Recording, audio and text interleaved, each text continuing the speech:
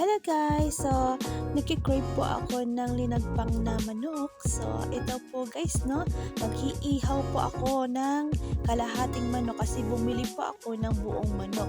And, kalahati lang po yung gagamitin ko kasi sabaw lang naman po dito. Talaga yung gustong-gusto ko sa linagpang. So, ganyan po guys ang paglalagpang ng manok. Kailangan iihaw po muna natin lahat yung manok at saka yung sibuyas, yung luya at saka yung kamatis at saka yung green chili. So ganyan po guys sa mga hindi po marunong maglagpang ng manok. So ganyan po ang una po ninyong gagawin. Ganyan. Para po masarap po ang lasa ng sabaw pagka linagbang na manok. So habang iniihaw ko po sila guys, i-prepare ko na rin po yung spring onion at saka yung red chili ko na gagamitin po mamaya. So ganyan guys. O, diba? And yan po yung mga red chili ko. Yan, 3 piraso ang ginamit ko. Kasi mahilig po talaga ako guys sa spicy. So ganyan, ihahalo ko po yan mamaya sa pagpapakulo ko ng sabaw. So yan guys, so, prepare ko na po ang aking ibang ingredients habang nag-iihaw po ako ng manok at saka yung ibang mga ingredients. So ganyan po guys, hindi po talaga nawawala sa akin ang lemongrass. Favorite ko po talaga ang sabaw na may lemongrass.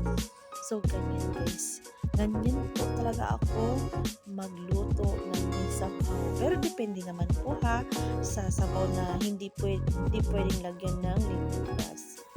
So yan po guys ang ating inihaw. Babalik na rin lang po natin. Ganyan. Ay nahulog pa po yung aking isang sili. Okay lang yan. Hugasan ko na lang. So yan po guys. Dahan-dahan na kasi ang liit po ng aking ihawan. Ayan. O diba? Kailangan po talaga siyang iihaw muna guys para masarap po ang lasa ng sabaw mamaya. Kaya po siya tinatawag na linagpang na manok. And ganun din po guys sa kahit isda po kanya po talaga. Iihaw po muna. Ayan. So guys, ganyan po sa mga hindi po marunong magluto ng linagpang na manok. So, gayahin nyo na lang po paano pa ako mag-prepare. So, ang hilig ko po talaga ng mga ganitong ulam kasi nung bata pa ako, yung tatay ko mahilig po siya maglagpang. Pero yung manok po na namin po noon is yung native. So, masarap po talaga ang lasa guys pagka native. E minsan po, naglalagay po kami ng dahon ng sili, ganun. And, eto na nga po guys, no, pwede na nating i-separate yung sibuyas at saka yung kamatis at saka yung ginger at yung sili. And habang iniihaw po natin yan, ay umpisahan na rin po natin i-slice yung sibuyas at saka yung kamatis at saka yung ginger. Ako ang bango na aking iniihaw na manok. Parang gusto ko na siyang kainin na hindi pa po siya luto. So guys, diba ang sarap po. Tingnan yan. Takpan po natin para madaling maluto. So ganyan guys, no? I-slice lang po natin yung ang hirap pa naman i-slice guys kasi mainit. So ganyan. Ayan, hinawakan ko na. Pero mainit lang. Ay, nahulog pa. Ayan. So okay. So ganyan din po ang pag-slice ng kamatis. Ganyan. Depende po sa inyo. Maliliit o malalaki po yung slice ninyo. Ayan, ganyan lang po guys. So sa mga gusto po magluto ng linagpang na manok at hindi po alam kung paano, so pwede po kong gayahin kung paano po ako mag-prepare. So ganyan guys. And pati po yung ginger, kailangan po natin siya i-slice. Dahan-dahan lang kasi mainit. Ayan, ganyan. So dahan-dahan lang guys. Kasi baka mahulog yung mga ini-slice. Yun, pati ang kamay ma-slice. O ganyan lang po guys ang pag-prepare ng linagpang na manok. So ayan guys, pinaghalo-halo ko na po sila lahat kasi pakukuluan naman po yan mamaya. So yan. And po guys, no? So, finish na po siya. Pwede na po siyang hanguin. Pwede na po siyang ma-slice ng, depende po sa inyo kung maliliit na slice or medium size na slice. Depende po sa inyo. Diba? Ang bango. Ang bango ng aking inihaw na chicken. So, yan. Lumikit na yung skin niya. Okay lang yan. Kasi sabaw lang naman ang habol ko talaga dito. Nice. Ayan. So, yan. Kailangan ko po siyang slice. And wala po akong malaking kutsilyo. Yan lang po yung gagamitin ko. Ayan. Hirap na hirap pa ako kasi mainit. Ayan. Baka mahulog yung manok. So, ganyan lang po yung slice na gagawin ko po guys. Ayoko po ng medyo maliit. So, ganyan. Tigas pa naman guys. So guys, dito isasalang ko na po silang lahat. Ayan, pagsama-samahin ko na po siya. Ayan, pati na rin po yung na-slice na manok. Isasali ko na rin po siya. Ayan. And then, habang nagpe-prepare po ako kanina, nagpakulo na rin po ako ng pansabaw. And nilagay ko na rin po yung lemongrass kasi talagang hindi po nawawala sa akin yan.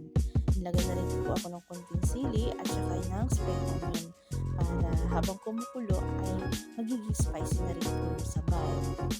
So, alam ko yung ibang mga kasama ko dito hindi pa nakatikim ng linagpang na manok. Sinabi ko sa kanila na yung lulutuin ko na linagpang na manok, sabi nila, ano yun? Anong luto yun? Sabi ko, linagpang. Sige, tikman nyo mamaya. And nagustuhan po talaga nila. Alam nyo guys, pagkakain ka nito talagang papawisan ka. Siyempre, masarap ang sabaw at saka yung spicy. So, ganyan guys, no? Naglagay na po ako ng sabaw. Pakukuluan na ko lang po yan siya. Yan, ang bango. Yan. So, hahayaan ko lang po. Then, maglagay na po kayo ng mga salt. And, naglagay rin po pala ako ng 1 spoon na alamang dyan, guys. Pampadagdag lasa. Yan. Maglagay ng salt. And, depende sa inyo kung mayroon kayong chicken cubes, maglalagay rin kayo. And, kung gusto nyo naman ng kaunting bitsin, wag marami kasi hindi maganda sa katawan yung maraming bitsin. So, guys, hayaan ko lang po yan siya na kumulo. Ayan, sarap na sabaw. Kumukulo na po siya, so nilagay ko na po siya ng 1 spoon na alamang. Pampadagdag po siya ng lasa. Yan, ganyan po kami magluto ng ng linagpang na manok. Naglalagay po kami ng konting alamang, yung iba ginamos, yung tawag doon sa amin ginamos. Minsan iniihaw po nila yan bago ihalo sa linagpang.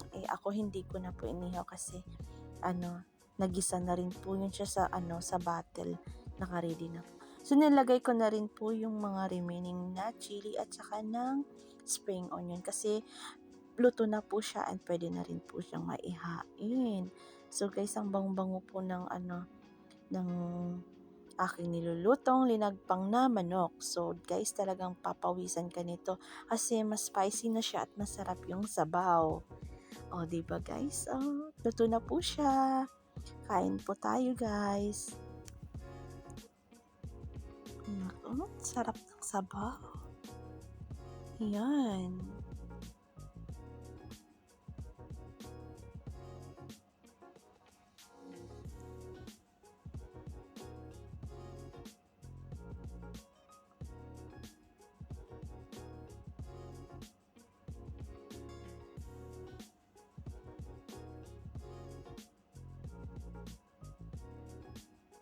Okay guys, para doon sa mga gustong maglagpang ng manok, so pwede nyo pong gayahin yung ginawa ko kung paano po ako nag-prepare ng mga ingredients at kung paano po siya lulutuin.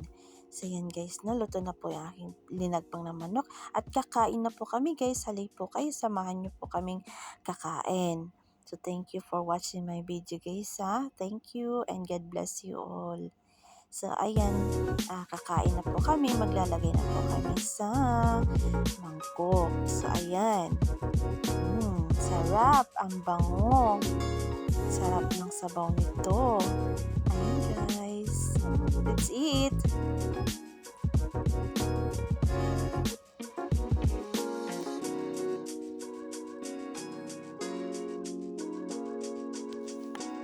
Sobrahan naman ng sabaw. Uy, tama na yan. Uy, para may bukas pang kakainin. Sarap pa naman ng sabaw. Oh. Diba? So guys, no? Linagpang na manok. Linagpang na manok.